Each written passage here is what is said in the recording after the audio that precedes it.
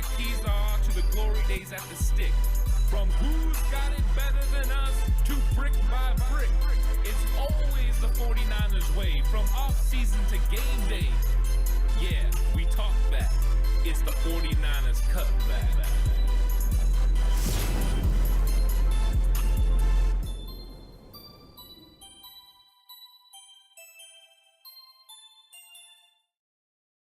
It's 49ers Cutback Podcast time. Welcome to the show, everyone.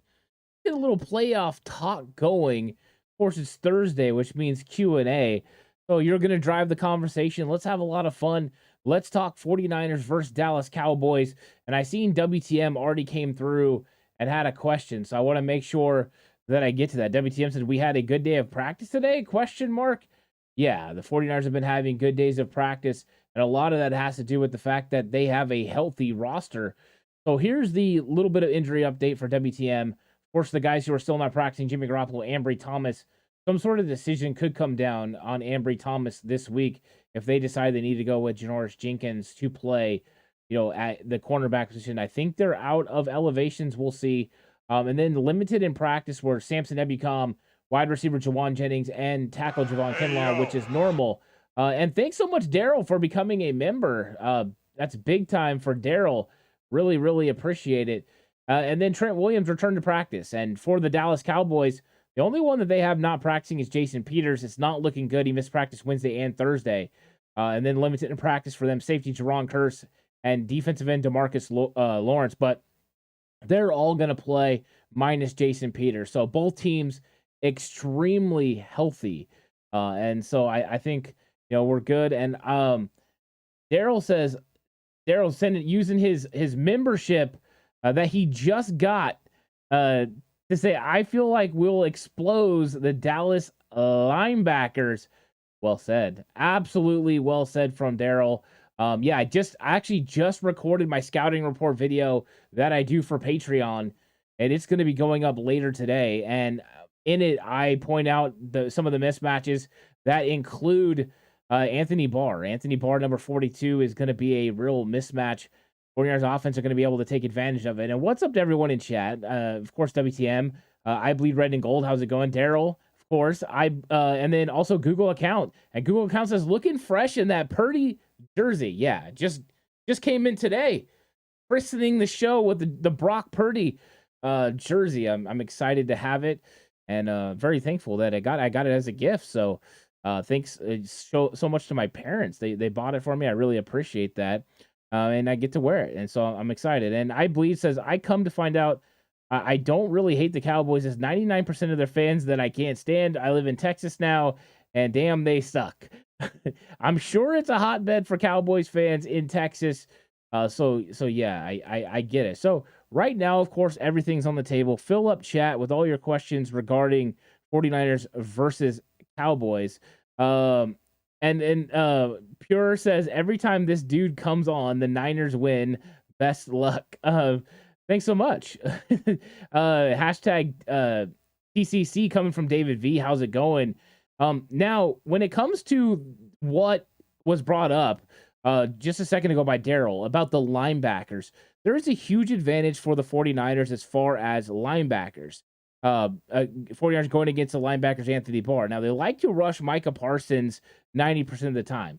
In the breakdown I just did, they did have a couple occasions where Parsons went out in coverage to cover running backs for Tampa Bay out in the flat and that sort of thing. But Vander Esch and Anthony Barr are absolute liabilities in pass coverage.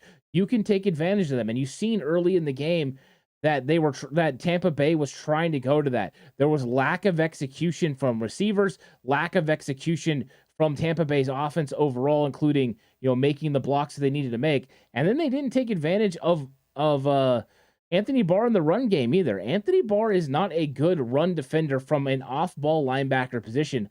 I think the 49ers need to take advantage of him. If I'm Kyle Shanahan, I'm looking for 42. I'm trying to take advantage of him in run and pass. I'm looking for 11 to take advantage of him in the run game. And then as far as Vander Esch, I want to take advantage of him in the passing game. There was a touchdown that Tom Brady missed where Cade Otton got over the top on Vander Esch. Vander Esch was turned around. He looked covered, but Vander Esch was absolutely just now flipping his hips. It would have been a touchdown. Of course, they did not locate the play, and that's really what it's about. It's about being able to read it. But he didn't get it done. So there are opportunities to go ahead and attack. And I believe says need me one of those jerseys. Yeah, the jerseys are great. And KDR says Purdy. I thought it was Stevie Johnson's jersey. No, it's a Brock Purdy jersey. But I like that. Dropping the number 13 knowledge with Stevie Johnson. Well played.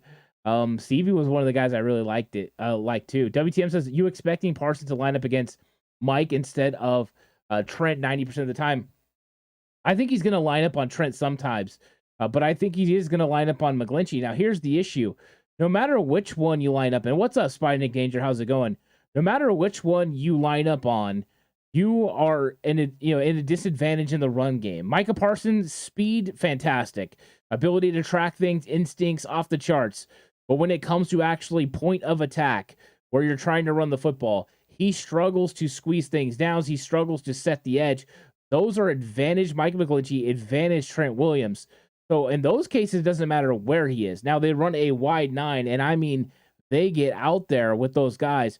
Parsons lining up huge, creating huge voids between the defensive tackle and where he lines up off ball. To me, those are areas to be able to run the football. I'm pretty sure they're going to be good at handling that situation. And Michael Humphrey says, home just in time. I'm here, coach. I'm the world's #1 Cowboy hater. Well, welcome, Michael Humphrey. Glad you're here. Let's have a fun conversation. I'm so excited about this game, and I'm looking forward to getting into everything. And when it comes to Parsons, I think, if you get to 3rd and 7, 3rd and 8, you're a 49er.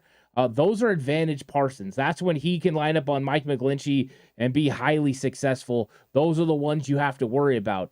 It's when you're 3rd and 2, 3rd and 3, and they don't know for sure if you're going to run the football or if you're going to pass, where it puts Parsons in a difficult situation. If he goes ahead and runs upfield like it's a pass play, he's a speed rush guy. He's not bull rushing you. He doesn't have a extensive amount of, pass rush moves. It's a lot of finesse, not very much power. He's going to want to get upfield. With that, if you're in 3rd and 2, you can ride him right off, right up the field, let him go, run right inside of him, and then you're off to the races. So I think that's what the key is. Getting ahead of the sticks on early downs, creating 3rd and shorts, or even no 3rd downs at all are the best way for the 49ers to be successful. David says, only number 13 I have is Stevie Johnson. I don't have that jersey.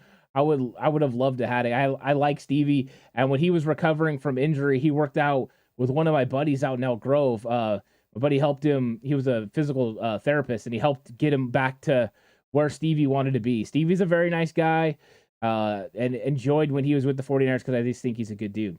WTM says, have you heard anything about pitch count for Kinlaw?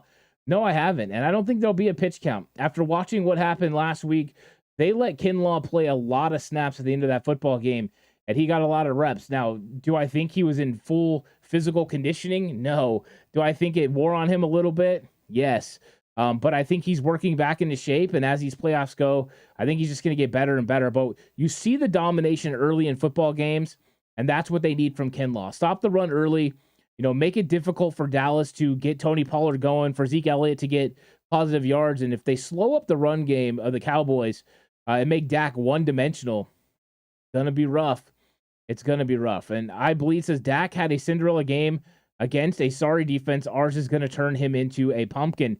Yeah, and I doing the breakdown. I mean, when it comes down to it, Tampa Bay, we're giving things away. They're playing too far off, allowing Dak to have easy reads. It was not a great game plan coming from Tampa Bay.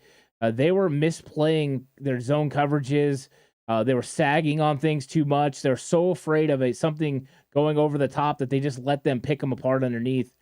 It wasn't great, and I think it was more so. I think Dallas executed. Don't get me wrong, Dallas did what they needed to do, but Tampa Bay never adjusted after the first 2 series to how the Cowboys adjusted. The Cowboys' first 2 series and first 10 plays in their script, not good at all.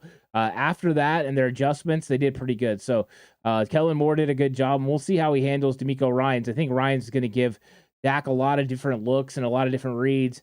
And if they can stop the run early on, I think it's going to make it difficult on Dak. He's not great in 3rd and long situations.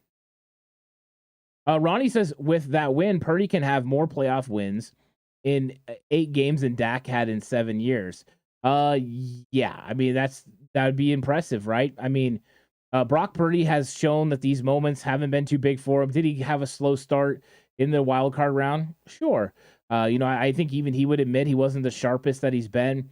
You attribute that to nerves or weather. I don't know, but I do know that he showed up when he needed to show up and made the plays that he needed to make. By the time we got to the second half, Brock Purdy was operating the offense at a very high level. The finds of Christian McCaffrey, finding him and then finding Elijah Mitchell for those walk-in touchdowns were huge in that football game, and that a lot of that goes to Brock Purdy. You got to give him credit for when things aren't, the first read, second read aren't there, being able to improvise and get the ball out where he needs to get it. So those are on Purdy, and I think he could do the same thing in this game. The only problem is with Micah Parsons rushing the passer, you can't take that much time. You can't juke people all the time. I mean, we've seen it when they played Arizona. You can get run down when you go against those really extreme athletes, and Parsons is one of those guys that can run him down. So he's got to be, kind of leery and understand where Parsons is going to be. Google says, Ant, I turned off the Tampa Bay game on Monday night early. Apparently, Dak had an amazing game. Was he not pressured by Tampa the whole game? He wasn't. Early in the game, Vita Vea got home, and all you need to know about Tampa Bay's pass rush is Vita Vea is their leading sacker on the season. They lost Shaq Barrett. They let guys go in the offseason. Joe Tryon, he's not been, that superstar player yet. He shows some promise in his second season, but they definitely don't have the pass rush the 49ers have. With that being said, Dak took what the defense gave him. They got the ball out in a timely manner, and he found matchups that worked for him. So the 49ers have to make sure they limit those things. Make it hard for Dak to read what you're doing. To me, Tampa Bay's defense became very simplistic. You could understand what they were trying to do formationally, and also they were very dependent on the blitz. And when it wasn't working because they couldn't get home with their front four, Dak was able to locate it. They showed their blitz early, and he was able to decipher what it was and throw right where it vacated from. You have to give him credit for that. I just think it's going to be a little bit more difficult with how D'Amico handles disguising blitzes and disguising coverages. Those things can throw Dak off. And if you have that little second or, second and a half where you're trying to decipher what coverage it is, that could be too late. That could be just enough time for one of these guys to get home. I think the weather had more to do with Brock's game than with nerves. He always looks cold-blooded. He does. He absolutely does. And he ripped that first one over the top of Debo's head. That would, you're like, oh, okay. But the very next pass was a great throw to Brandon Ayuk. So, I mean, you got to give him credit. Every time that adversity comes his way, he meets it head on and it exceeds expectations. I mean, he just had, as far as touchdown wise, one of his best games in the history of his career, if not the best. And he's putting himself up there. And if he can continue this run, he's going to be remembered, for this run and what the 49ers can do. WTM says, what is Bosa's matchup looking like on Sunday? So right now, Jason Peters, who started at left tackle for the Dallas Cowboys in the matchup against Tampa Bay, they felt Jason Peters was the best option at left tackle, because then they can move Tyler Smith, the rookie, into guard. And Peters is better at pass blocking, and him and Smith together was better. Now, Jason Peters hasn't practiced Wednesday. He didn't practice Thursday. I'm starting to think he's not going to play, which means Tyler Smith is going to start at left tackle. And Connor McGovern, who they were using as their extra offensive lineman, he started a lot of games this season at left guard while Smith was playing left tackle. He'll be playing left guard. You're going to get a matchup of Bosa against the Smiths. Tyler Smith, the rookie, who's done a very good job this year, is very grabby, very holdy. That's going to be something. Let's see how much he gets called for holding. If he gets called for it early, you look for Nick Bosa to have tremendous success. On the other side, you have Tyron Smith.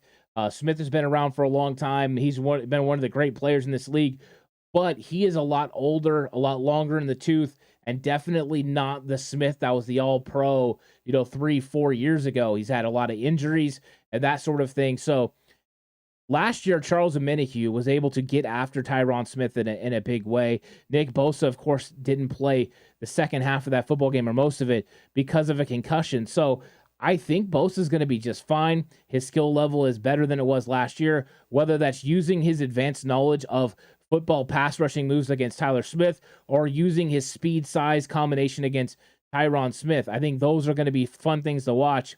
We know that he's going to prepare for every single tackle, including Peters.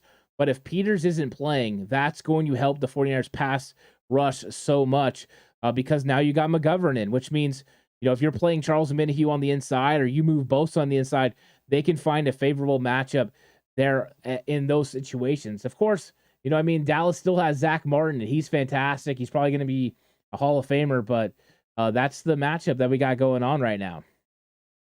And let's say WTM says, what's the main reason the Cowboys' run defense is so bad?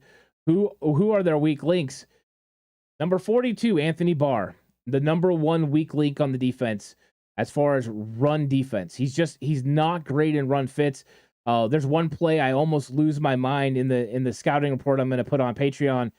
He is got backside support. So when you're flowing as linebackers, there's somebody that's got to have the cutback lane, because if not, you've seen it. Christian McCaffrey runs to the right, breaks back to the left, and he overflows all the way behind Van Der Esch. It's poor play. No linebacker coach likes to see that. And it created a huge void in lane. It was not taken advantage of by Tampa Bay because Fournette just tried to nestle up in there. But he could have had a huge run on the play if it was a different running back with better vision. And I've seen that consistently. They put Parsons a lot of times on the offense's left side, and they put Barr on that side as well. To me, that is where you run. If you get that look, if you're getting Parsons on Trent Williams and Barr on that side as well, you run left. You already want to run behind Aaron Banks. You already want to run behind Trent Williams. You run there all day. You're going to get Parsons playing as wide 9. He's going to play far out wide. You're going to be able to kick him. You can even let him come free and block him with Kyle Juszczyk to the outside, even though he's a tremendous athlete. He could probably beat that sometimes. But get him moving this way. Push up to second level with your other offensive linemen and get on Barr. He will make a bad play. He doesn't execute. He doesn't shed blocks great, and get to that next level. Now, their safeties are highly aggressive, so they're going to be highly aggressive in the run game. But it's okay. Eventually, they're going to miss tackles, or you're going to be able to go over the top with play action once you've established the run game. But Barr, to me, is the number one target in the running game, and he's the number one target in the passing game. Finding matchups on Anthony Barr are key. And also running at Micah Parsons. He's a great player.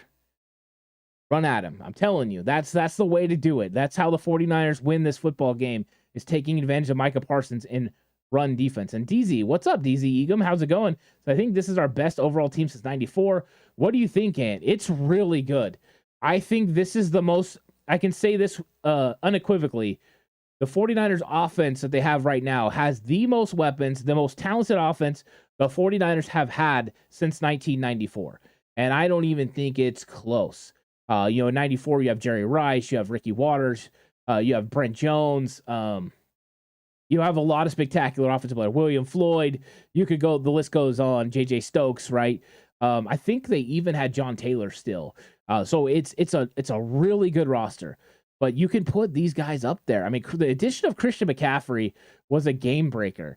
I think they are the most talented offense we've seen since then. And defensively, they're one of the best the 49ers have had. Are they up there with, the 2011, 12, 13, Harbaugh years? I think it's close. They've been spectacular. Are they as good as 94? I don't know if they're as good as that defense, but they're close. And if they are, that means overall this team is definitely the best overall roster I've seen since 1994.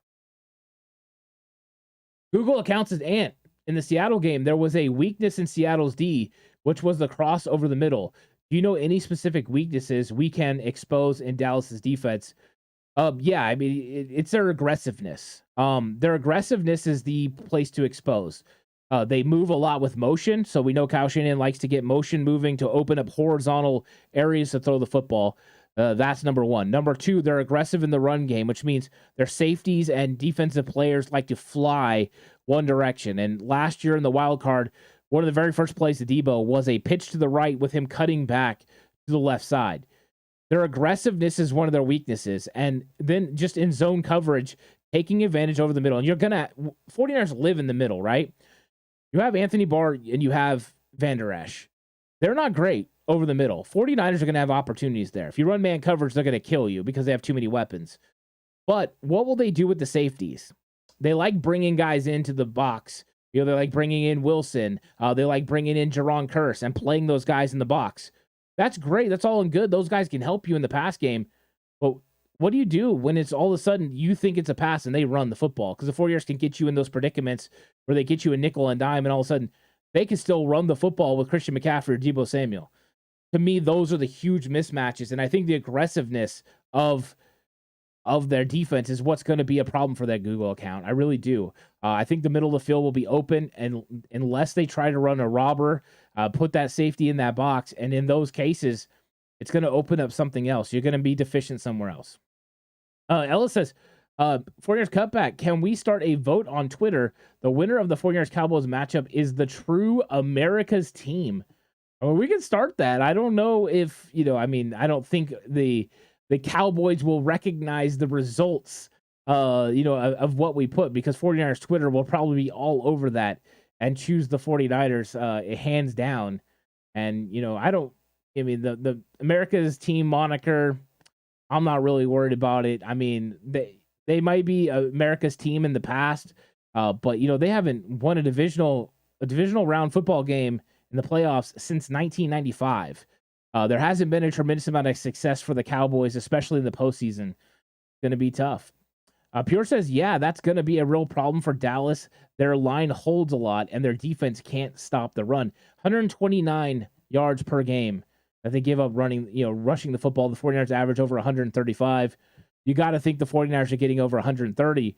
And if they are getting over 130, the likelihood is they're probably running, just in those carries 20 times. I expect the 49ers to try to rush the football between 30 and 35 times. Balance attacks have defeated the Cowboys all throughout the year. Another interesting stat, I think it was Matt Mayoko that said it, the Cowboys' losses are almost all on natural grass.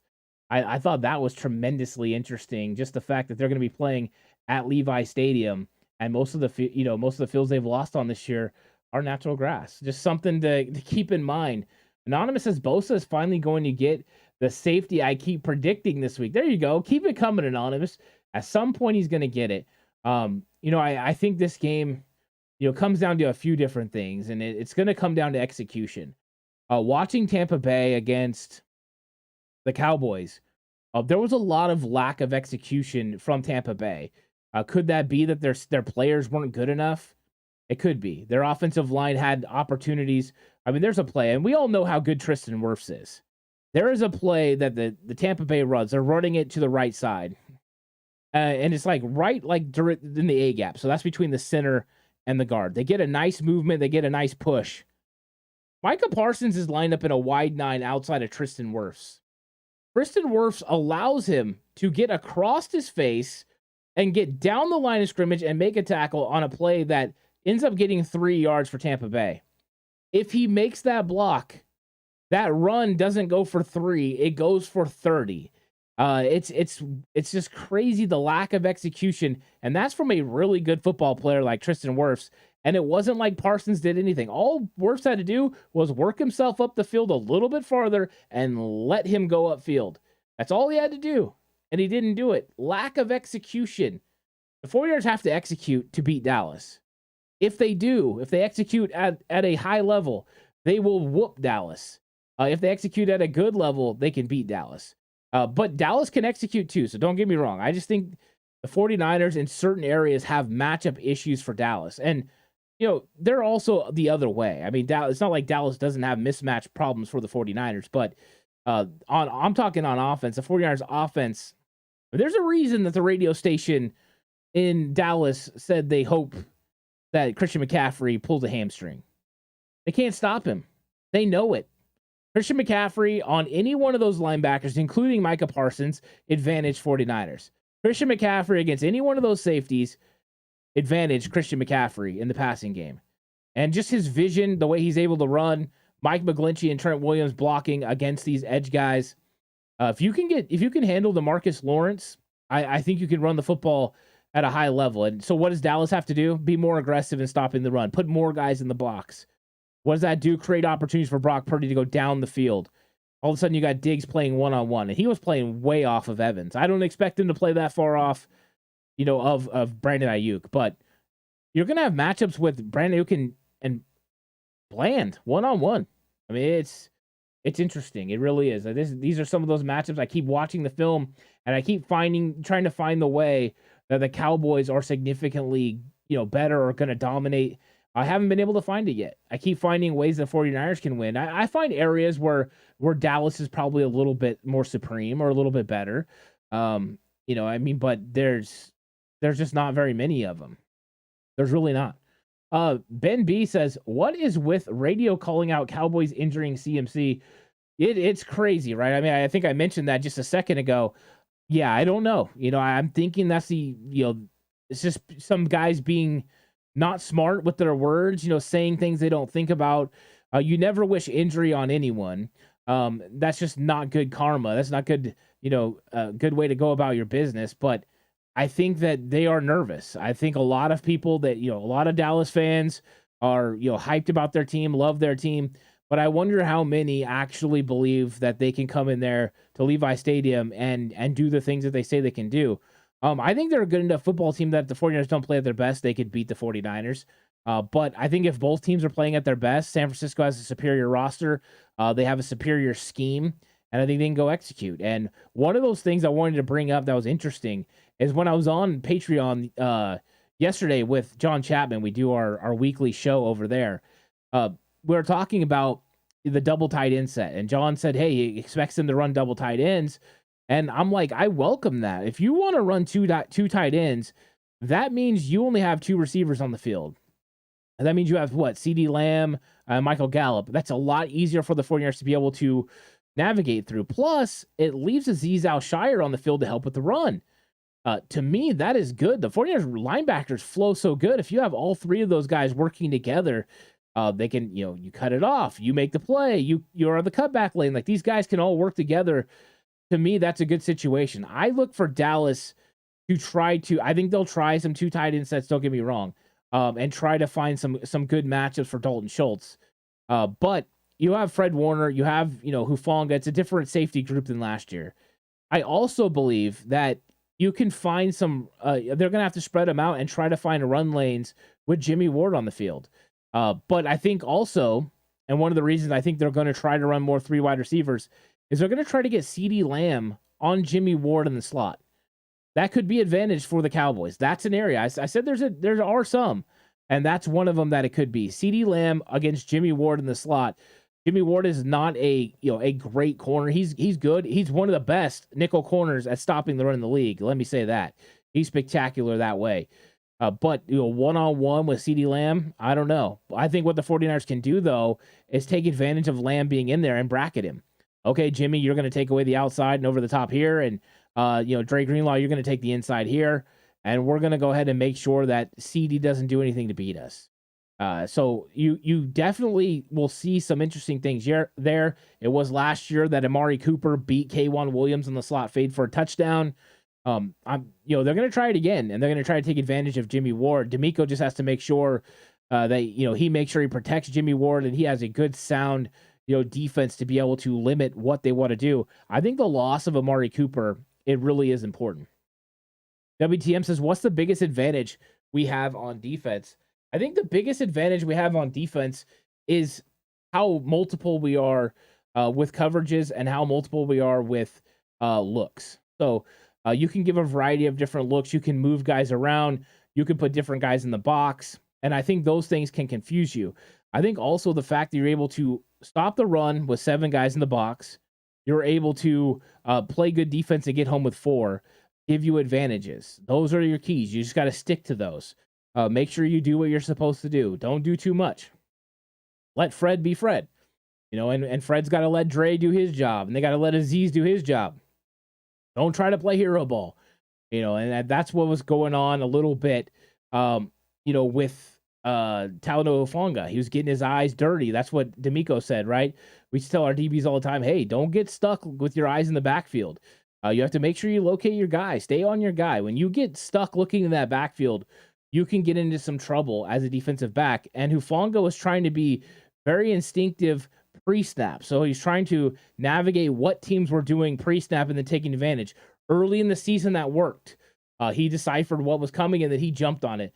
Later on in the season, they figured out this is what Hufanga does. We're going to give him a look so that way he'll try to jump it because we only do this, and then we're going to do something else, and he was getting beat. Over the last 2 weeks, I've seen Hufanga, he does his pre-snap reads, and he's still instinctual about him, but now what he does is let that cut down what it's going to be instead of deciding what it's going to be. So instead of it being like one play that he's decided it's going to be, he says, okay, I know it's this look. They have a variety of these different things that they can do, and then he lets his instincts post-snap take over. I think he's done a pretty good job. Ricky says Niners defensive backs are sus.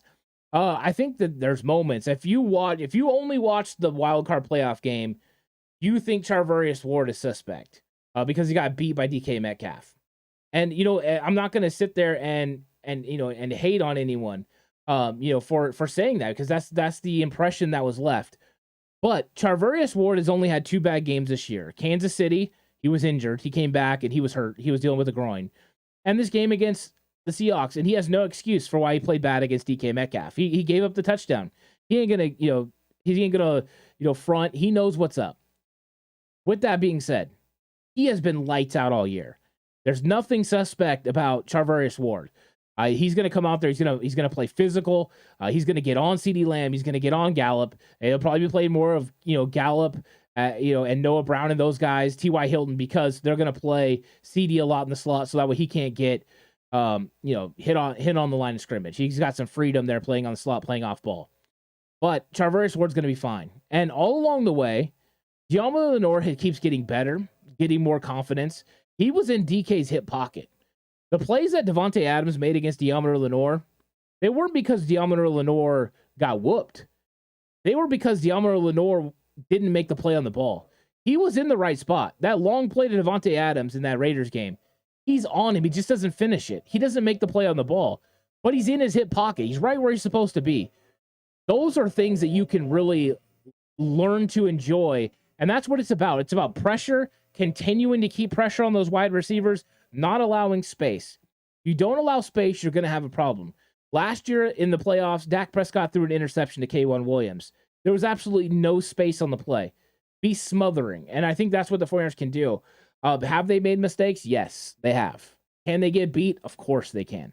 It's tough to play defensive back in this league. It's tough to go through everything you need to do and play some of the tremendous skill players.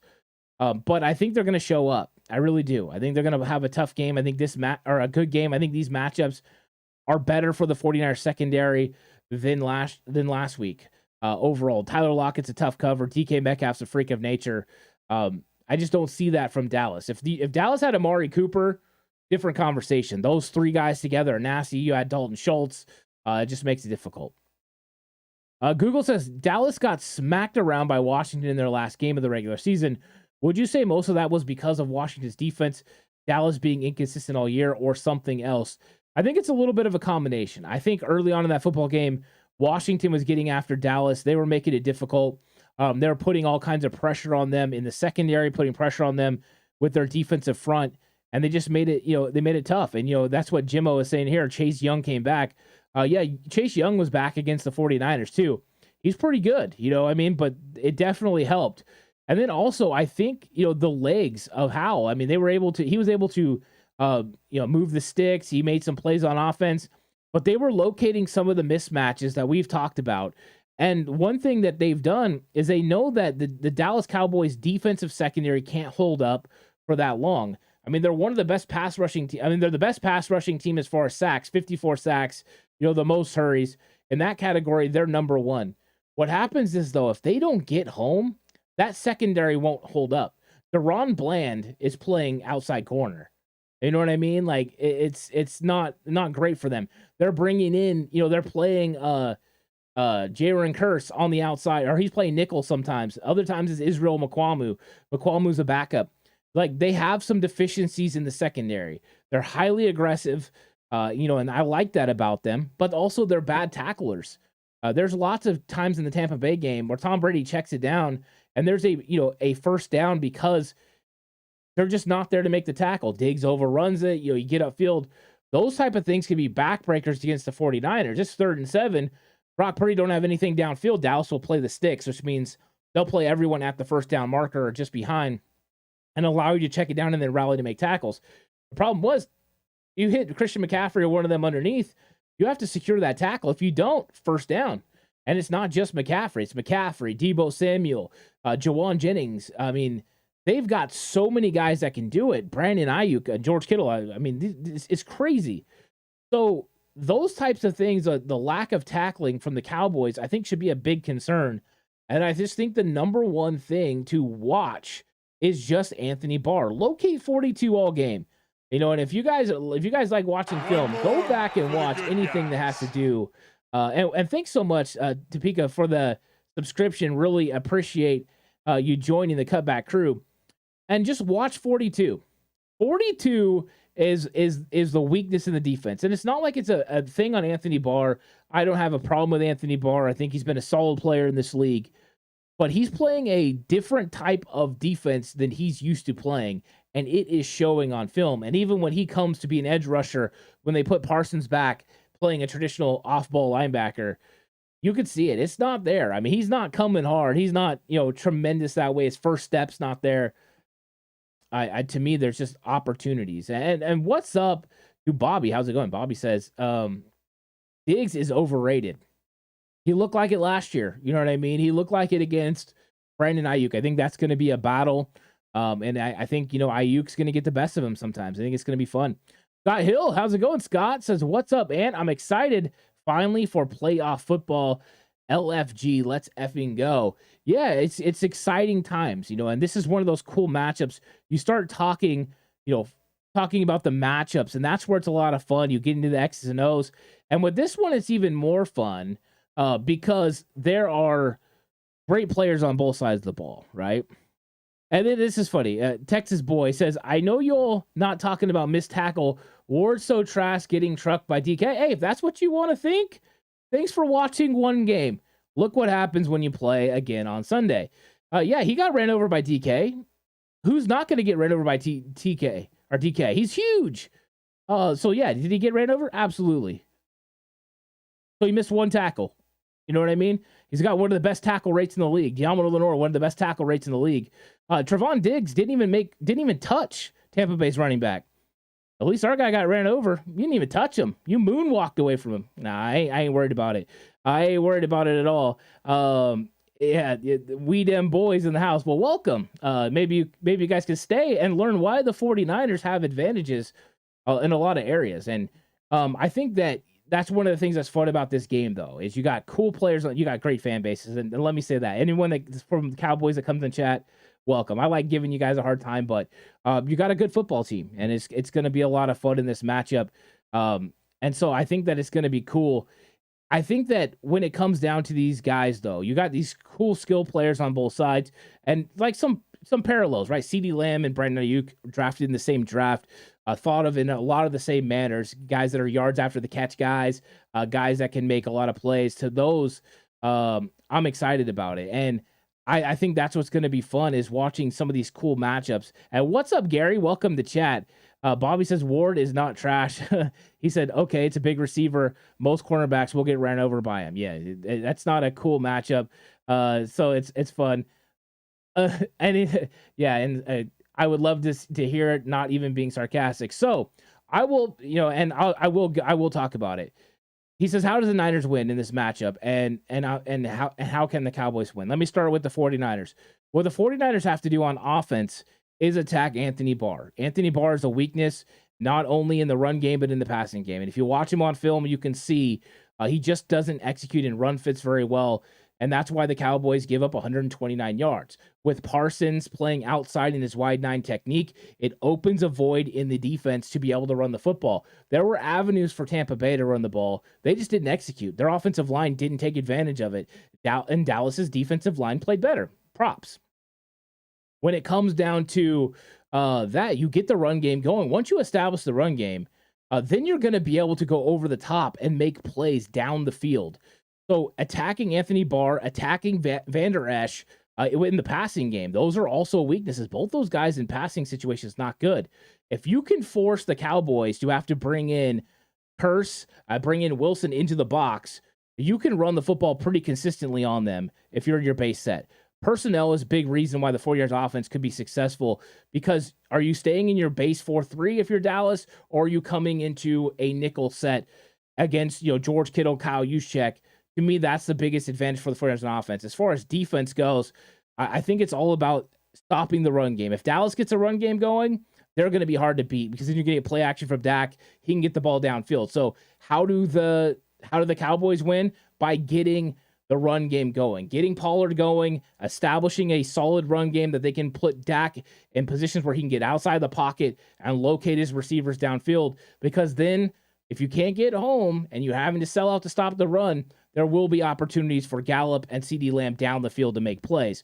Also, the 49ers have to try to figure out how to match up with Dalton Schultz. Last year in the wild card, Schultz went off, and they took advantage of Tampa Bay coverage as well last week with Schultz. So he's a matchup issue. How much two tight ends will the Cowboys run? I think is something that's also interesting. So it's gonna be a cool matchup, though. I really think it's gonna be a fun one. And that's just a little bit of the insight. I just enjoy talking 49ers, but I enjoy talking good football. And the Cowboys have played some. And Texas says the winner of these two teams going to the Super Bowl, it could be. What's interesting is last year, right? It was every single time these teams had met, the winner went to the Super Bowl. Last year was the first time that didn't happen. 49ers didn't make it to the Super Bowl. But you're right. More than likely, most of the time when these two teams match up, one of the teams end up playing in the Super Bowl. Both teams are capable of getting there and playing, in that game. So pretty good teams. It's going to be a fun matchup and lots of cool things going on. Ricky says Eagles defense is better than the 49ers. In some categories, you're right. If you're talking pass rush, Dallas and Philadelphia have more sacks than the 49ers on the season. If you're talking about turnovers, Dallas creates more turnovers than the 49ers. If you're talking about run defense, the 49ers are the best. If you're talking about scoring defense, the 49ers are the best. If you're talking about run defense, the 49ers are the best. If you're talking about passing, the Eagles are the best. There are different categories that these teams are better at. So it all comes down to matchups when you actually play. So, with the Eagles, yeah, their pass defense is great. So if you can establish a run game on them, you have a chance to win. And it's the same with all these other teams. If you can, get the 49ers in situations where they have third and long, where you have third and short, you can beat the 49ers by converting first downs. So, that's the thing. All these teams have categories where they're the best. 3 really great football teams. Don't get me wrong. 3 great. But every one of them have a way that you can defeat them. Every single one of them have weaknesses. The thing is, can you locate the weakness and then take advantage of the weakness? If you can, you're going to win, as long as you execute. If you can't, there you go. And Bobby says, Purdy's been playing the best defense all year long, every day. That definitely has helped him. Let's see. Week 4, I predicted Niners or Dallas win Super Bowl. Great analysis. Thank you. How do you feel about Van Der Esch? Van Der Esch, fantastic. And thank you for the nice words. I really appreciate it. And good call on 49ers or Dallas winning. That's good. Week 4, Niners weren't playing great at the time. How do you feel about Van Der Esch? Is this simple. Van Der Esch is great in the run game. His run fits are fantastic. He's in the right spots. To me, that was him coming back from injury was huge for Dallas. Where he's a liability is in pass. So a lot of times they move him around, but I seen opportunities, with like Cade Otton against him in Tampa where Van Der Esch was beat. Were they able to take advantage of it? No, and you have to be able to take advantage of it. But I think the 49ers will try to find situations to get George Kittle or, Christian McCaffrey or Kyle Juszczyk on Van Der Esch. And if they can, that could be a weakness for Dallas.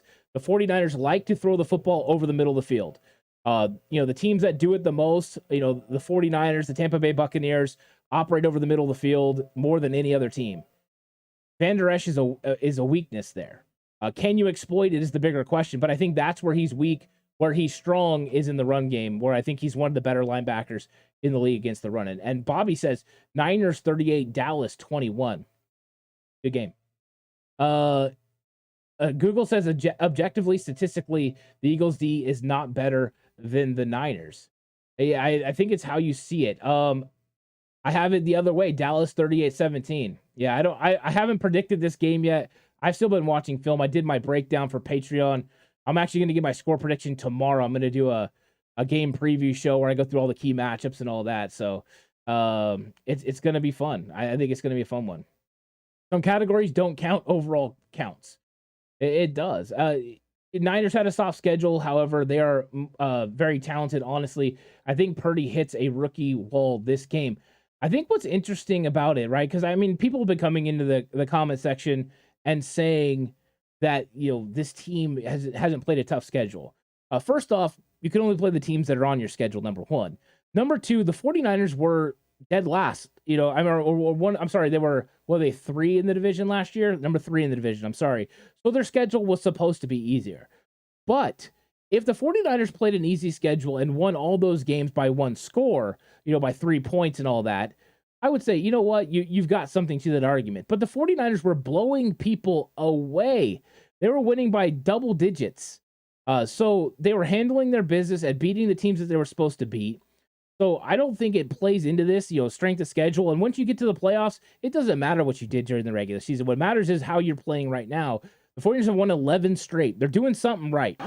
You can't win 11 straight in the playoffs without doing something right. So I think it's, I think that they're going to be just fine. I'm not worried about the strength of schedule, but that's definitely a go-to for sure. I think it is a go-to.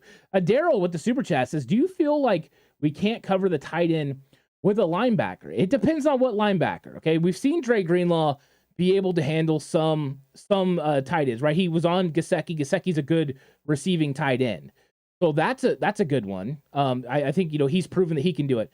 But Fred definitely can. I mean, I think Fred Warner can cover Schultz one-on-one. I don't think you want to put him in those situations. I think you want to get a lot of zone coverage, try to confuse Dak, make some things happen where you drop people out. And what's up, Kid? Thanks so much for Kid Murray with the subscription. Thank you for joining the Cutback crew. I think that the 49ers can find ways. I think with Hufanga, with Fred Warner, with Drake Greenlaw, they can find ways to navigate, getting it done. And so I'm pretty excited about how they'll be able to match up with Dalton Schultz. Mr. Nax, how's it going? Thanks for the subscription.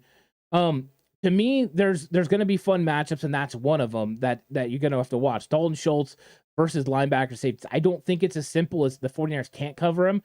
I think they just have to make sure they do it the right way. Make sure you have, different looks. Don't consistently give Dak the same looks.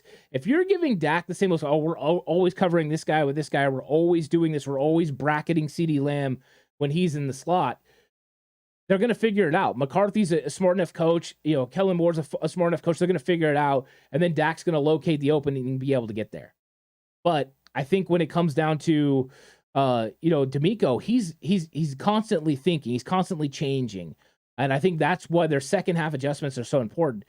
Can Dallas match those? If they can match the second half adjustments of the 49ers, we could be in for a really big one. It's going to be fun. And Jimbo says you can't work around disadvantages. It makes it tough. Absolutely. When I was coaching, I would have certain players that you knew you needed to make sure you put them in the right situations to be successful. And it was frustrating at times when you couldn't overcome those. And so you're right. I mean, some of those times it just gets you. Jay Ellis is not worried about the cow pies. Oh, and Jay Ellis, I think I saw something, right? You said something about the Madden Sim. Yeah, the Madden Sim is recorded, but I just got to post it. So it'll for sure be coming out. Madden Sim is fantastic. It's an interesting game. And good offense on both sides of the field and everything. Like I was actually entertained by the game for sure. So Bobby says this game will be highly impacted by tight end on both sides. I think so too. I do think so. I think George Kittle has some opportunities. I think it's going to be good. And Jay said, when is the Madden Sim? If I have an opportunity, I'll post it tonight. If not, I will put it up, for early tomorrow. It's recorded. I have a couple of things I have to do after I get off the live. So if I have an opportunity, I'll get it out tonight so you guys can all start checking it out. Bobby says every week they've been saying Purdy going to hit a rookie hole. Yeah, I think it was back. I'm trying to remember when it was. Maybe it was Tampa Bay. Once the 49ers played Tampa Bay, and everyone just kept saying, I was done. I was done with it. I no longer had any more qualifiers for Brock Purdy. Brock Purdy had proved to me that he was sufficient running Kyle Shanahan's system, and when things broke down, he can make plays. So to me, it wasn't really worried about it. So I'm over all that. There's no more qualifiers. He's proven he can win in the playoffs. Maybe the next qualifier will be how can he play in the Super Bowl? But until then, I'm not really worried about it. And what's up, PA? How's it going? I hope you're having a good day, and welcome to the Cutback crew. Thanks for subscribing. PA Niner fan 87. I'm sorry, I got a better picture of it now. So welcome to the 49ers Cutback crew. Wins in the NFL over anyone, I think, is even in the regular season. It is important because you have to win those games to get to the playoffs. And I think that's always something you monitor and look at. But you kind of, when you get to the playoffs, it's a different atmosphere. It's a different vibe. Practices are different. Showing up for games, it feels different. There's a different emotion. There's an energy in the crowd. I mean, it's just different.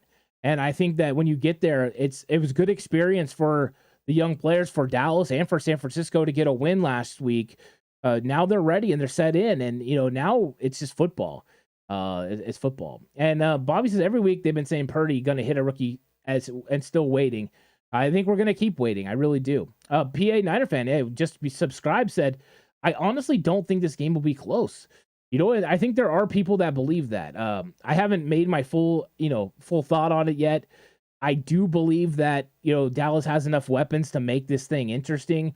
And I think the matchups, you have to execute those matchups. So Count Club says, do y'all hear Dallas radio host wishing C-Mac gets hurt this Sunday as Dallas will have a better chance to win?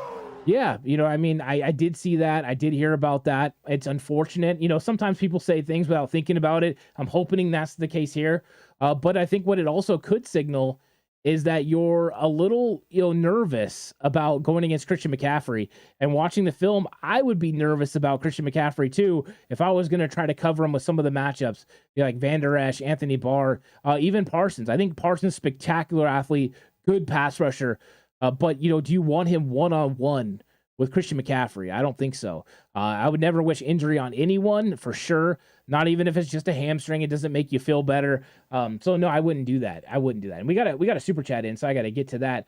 From Google account, says Dallas will be Big Cock Brock's hardest test. I honestly do not feel Dallas coaching staff and personnel are good enough to compete with the 49ers 38-21.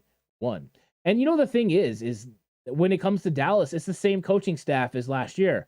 You're going to get heavy influence by McCarthy, but you got Kellen Moore, and then you got Dan Quinn, and that's an interesting dynamic. Dan Quinn to Kyle Shanahan. They coach together with the Atlanta Falcons. They understand each other. Quinn helped Kyle Shanahan understand that cover three, that Seattle cover three, because Kyle said it was one of the most difficult defenses to go against, and he really helped him, break their rules. I mean, that was one thing Sherman said. Kyle Shanahan was the one to do it. So to me, it's going to be an interesting matchup. I'm curious how Quinn comes out and tries to attack. But yeah, it's going to be good. And I haven't said it every week, but I hear that Dallas defense is the best he's going to see yet. TD Lamb. Yeah, I mean, they have been saying it. They said it with Tampa Bay. They said it with Washington. They keep saying it's going to be the best defense. Dallas is I think Dallas is the most explosive pass rush he's seen. And I think that the test for that officially, was the Washington Commanders. So I think and then any nervousness about Kyle Shanahan's play calling in huge games? No. If you go back and you look at the play calling, it's not really a concern. It's usually lack of execution that has done the 49ers in. They haven't been able to execute the plays. A lot of them are there. Has he made mistakes? Absolutely. I mean, he hasn't called perfect games for sure, but right now he's locked in and he's rolling. He's picking all the right plays and calling them at all the right times against the right personnel groupings and getting looks that he wants. And I think a lot of it has to do with McCaffrey opening things up, putting more pressure on the defense. It's not now locate Debo and locate George and then, handle Ayuk. Now you have to go ahead and locate, everybody. So it's a lot more different. It's a lot more difficult. And WTM says, we not playing Mahomes Sunday. 49ers will be more than fine. Mahomes is pretty spectacular. He is spectacular. Jimmo says, Jimmy G had 4 TDs and 6 INTs in 6 playoff games. No one is afraid of Jimmy G. No, I mean, Brock is doing pretty good. Any prediction for Giants, Eagles? I'm rolling with the Giants. Thank you so much also for subscribing. I really appreciate this. I subscribe, thumbed up, enjoy the games this weekend. It's going to be fun. Win or lose, come back for the reaction show and check it out. I'll have a lot of fun with it. And thanks for saying good job. I actually think that this could be the Giants. I think they could get it done. if they can get a run game going against the Philadelphia Eagles. And I don't know where Jalen Hurts is at. You could tell me Jalen Hurts is 100% healthy. I might think he could do it, but I think the Giants might get it done. Christopher says, huge game. 49ers faithful will have to win. Losing is not an option. 49ers will be ready. They will. And, that's the thing. Let's make sure we got a full crowd of 49er fans out there. JLE says, any time frame for return of your partner in crime time.